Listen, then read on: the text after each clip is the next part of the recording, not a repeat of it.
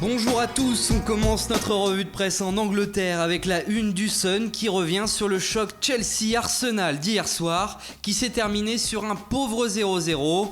D'ailleurs, la seule chose intéressante du match se passait sur le banc de touche où l'on retrouvait Alexis Sanchez en début de rencontre. Le tabloïd est affirmatif, le Chilien se rapproche de plus en plus de la sortie. Son transfert vers Manchester City devrait s'accélérer dans les prochains jours.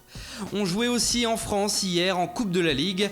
Paris a éliminé Amiens grâce notamment à un but de sa superstar Neymar. Le Brésilien a d'ailleurs fêté ça d'une manière très surprenante. Il a fait tenir sa chaussure en équilibre sur son front.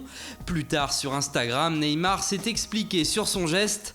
Qui connaît Joao Celso Moraes sait ce que veut dire ma célébration.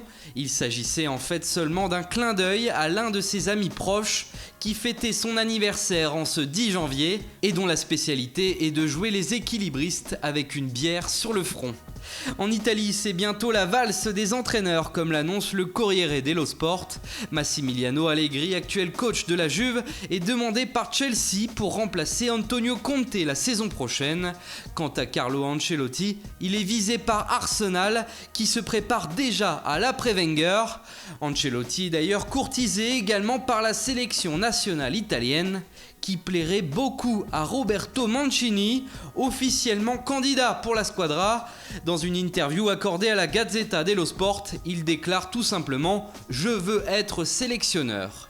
En Espagne, c'est signé, ça y est, enfin, Yerimina est barcelonais selon Mundo Deportivo. Le Colombien se serait engagé pour 5 ans et demi avec un transfert de 11,8 millions d'euros. C'est la somme que doit récupérer son club brésilien de Palmeiras.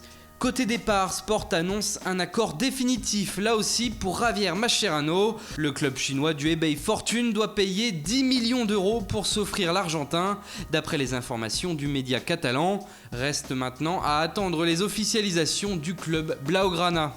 Voilà, c'est tout pour ce matin, bonne journée à tous et on se retrouve très vite pour une nouvelle vidéo sur Foot Mercato.